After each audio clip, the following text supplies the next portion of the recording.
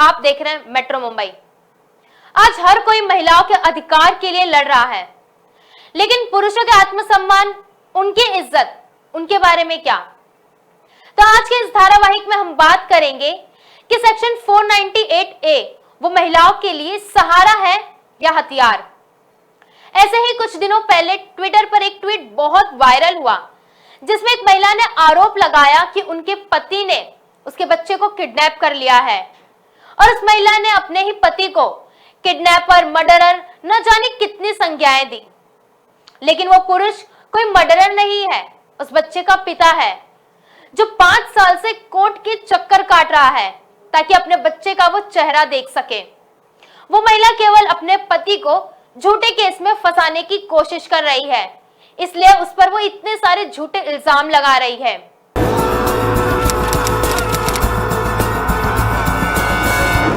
साल 2006 में निहारिका और मनोज की मुलाकात हुई, जिसके बाद 6 साल तक दोनों का अफेयर चला और बाद में 2022 में दोनों ने एक दूसरे से शादी कर ली और 2016 में उनका पहला बच्चा हुआ, जिसका नाम लाव्यांश रखा। मनोज की वाइफ के कहने पर बच्चे की अच्छी परवरिश के लिए निहारिका ने दिल्ली से रोहतक शिफ्ट होने का फैसला लिया, क्योंकि वहां उनके परिवार वाले रहते थे जो बच्चे का अच्छे से देखभाल कर सकते थे। क्योंकि निहारिका अपनी पढ़ाई कर रही थी और मनोज भी जॉब करता था। रोहतक आने के बाद निहारिका को काम के सिलसिले में दिल्ली से रोहतक आना जाना रहता था और वहीं से दोनों के बीच थोड़ा नोकझोंक होना शुरू हो गया, जिसके चलते निहारिका बच्चे को लेकर हर बार अपने घर चली जाती। घर वालों के समझाने पर वो वापस आ जाती, लेकिन यही चीजें बार बार होती रही। मनोज को यह सब कुछ समझ नहीं आ रहा था कि आखिर इतनी हंसती खेलती जिंदगी में दरार कैसे आ गई। एक बार मनोज ने ये पता करने का भी सोचा। उसने निहारिका की कार में डिवाइस रख दिया ताकि उसे कुछ पता चल सके, और इसके बाद पता चलता है कि निहारिका और उनके कलीग के साथ उसका अफेयर चल रहा है और वो दोनों मनोज को दहेज के झूठे केस में फंसा देने का प्लान बना रहे हैं, जिससे वे दोनों अलग हो जाएं। ये सब मनोज को जब पता चला तो उसने निहारिका से बात की, उनकी फैमिली से इस बारे में बात की, लेकिन उनकी वाइफ नहीं मानी।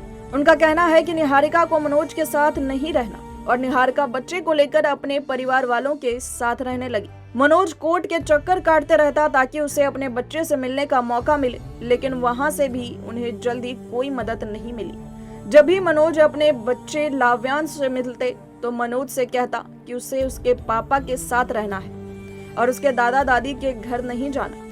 और मनोज जब भी अपने बच्चे से मिलने जाते तो हमेशा कोई ना कोई बहाना बनाते कि वो घर नहीं बाहर है, और हमेशा न मिलने के बहाने बनाते रहते। और अभी मनोज ने एनसीपी से मदद की गुहार लगाई है। आज केवल महिलाएं ही नहीं, पुरुष भी घरेलू हिंसा का शिकार है, लेकिन पुरुषों की आवाज इतनी धीमी है कि वह ना तो समाज को सुनाई देती है और ना ही कानून को। एक ऐसा ही वाकया है जहां एक महिला अपने पति को प्रताड़ित करती है, उसके हाथ में जो कुछ आ जाए वो उसे मारने लगती है। उस आदमी ने अपने घर में कैमरे लगवाए ताकि वो अपने आप को निर्दोष साबित कर सके। आइए जानते हैं पूरे घटनाक्रम को। इस वीडियो को देखने के बाद शायद से आपके रोंगटे भी खड़े हो जाए।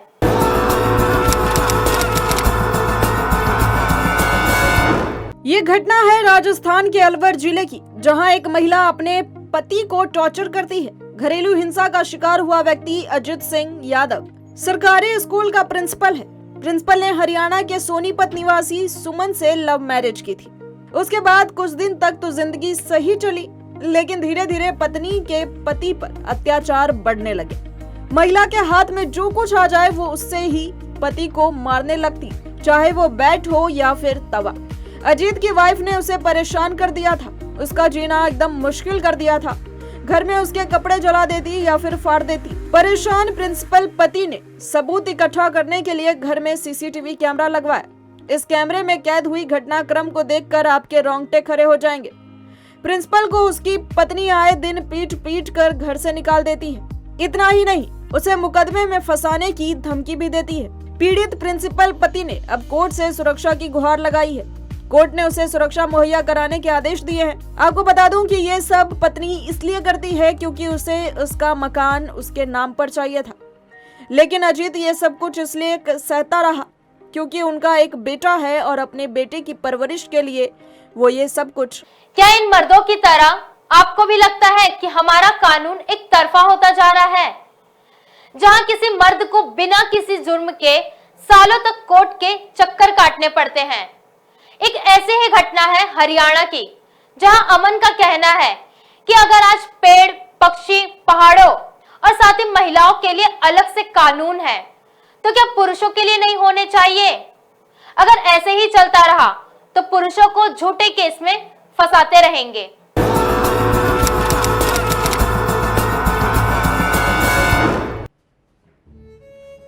आज मैं आपके सामने एक ऐसी कहानी लाई हूं जो 2 साल पहले घटित हुई और जो कि जिंद इलाके से है।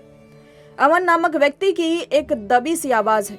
अमन की शादी के 11 महीने बाद ही उसकी पत्नी उसे छोड़कर मायके चली गई और उसके बाद उसने अमन पर दहेज उत्पीड़न का और मारपीट का झूठा आरोप लगाते हुए 15 लाख रुपए की मांग की। अमन की कमाई उस समय मात्र 7,000 रुपए मासिक थी। उस दौरान अमन ने अपनी पत्नी को समझाने की पूरी कोशिश की, लेकिन उसकी पत्नी का कहना है कि वो अमन के पेरेंट्स के साथ नहीं रहना चाहती और उसने उनसे अलग रहने की मांग की। अमन ने उसकी इस मांग को मान लिया, लेकिन उसके बाद भी वो घर वापस नहीं आई। अमन का कहना था कि उसकी पत्नी ज्यादा पढ़ी लिखी थी, जिसके कारण वो उसका फायदा उठाती और इस दौरान अमन का पूरा बिजनेस भी फ्लॉप हो गया। दरअसल उसकी वाइफ का कहना था कि उसके परिवार वालों ने उनकी शादी में 15 लाख रुपए खर्च किए थे, जो कि अब उसे वापस चाहिए थे। महिलाओं की सुरक्षा के लिए बनाए गए कानून का दुरुपयोग करके अमन की वाइफ ने उसके खिलाफ कंप्लेंट डाली थी और इसके चलते अधिकारियों का भी एक तरफा रवैया इस केस में देखने को मिला। आखिरकार अमन ने अपने इस हक की लड़ाई के लिए हाथों में बैनर लेके पीड़ित पुरुष आयोग गठन करने की मांग उठाई और कहा कि आज अगर पेड़, पक्षी, पहाड़, नदियां, यहाँ तक कि महिलाओं के लिए अलग से कानून बनाया गया है, तो पुरुषों के लिए भी आयोग का गठन होना चाहिए, नहीं तो महिलाएं झूठे केसों में पुरुषों को इसी तरीके से फंसाती रहेगी।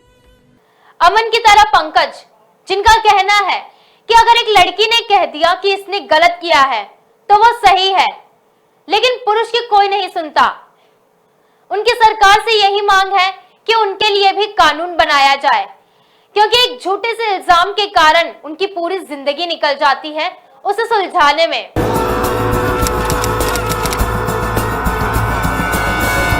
पंकज भी हरियाणा के जिद जिले के हैं। 2018 में इनकी शादी हुई थी और शादी के एक हफ्ते बाद ही पंकज को पता चला कि उनकी वाइफ का किसी और के साथ अफेयर है, जिसको लेकर इन दोनों के बीच छोटा मोटा झगड़ा होता रहता है। इस झगड़े को लेकर पंचायत होती है और पंचायतों के दौर में लगभग 6 महीने निकल जाते हैं। इन सब के बाद पंकज की वाइफ थाना भी जाती है, जहाँ पंकज को थाना से लेकर कोर्ट से लेकर हर जगह पर टॉर्चर किया जाता है। उनसे कहा जाता है कि पैसे देकर मामले को सुलझा लो, लेकिन पंकज का कहना है कि अगर हम गुनहगार नहीं है तो हम पैसे क्यों दें। उनकी सरकार से मांग है कि कानून प्रणाली है तो उसे इजी बनाया जाए, जो केस है उसे 20 साल 30 साल तक न खींचा जाए। पुरुष की पूरी लाइफ इसी में गुजर जाती है, एक झूठे केस को लड़ते लड़ते। और उनका कहना है कि लड़का केस भी जीत जाए तो क्या लड़की को कोई सजा मिलेगी, और अगर मैं केस हारता हूँ तो मुझे 7 साल की सजा मिलेगी, तो क्या मैं केस जीतता हूँ तो उस लड़की को भी 7 साल की सजा मिलेगी। उसे भी उतनी सजा मिलनी चाहिए जितना पुरुष को दी जाती है।